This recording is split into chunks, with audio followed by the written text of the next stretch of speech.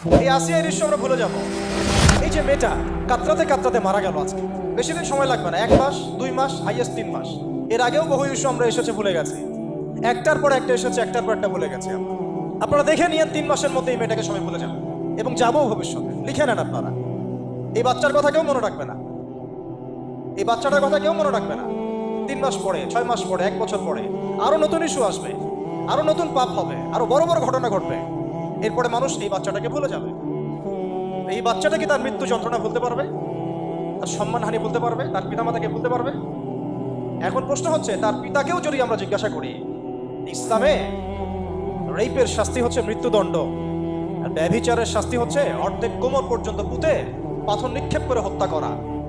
এবং বিবাহিত ব্যক্তি হলে এই শাস্তি, অবিবাহিত হলে 100 বেত্রাঘাত, 1 বছরের নির্বাসন এবং সমাজ থেকে বয়কট করা। আর ধর্ষণ হলে সরাসরি মৃত্যুদণ্ড।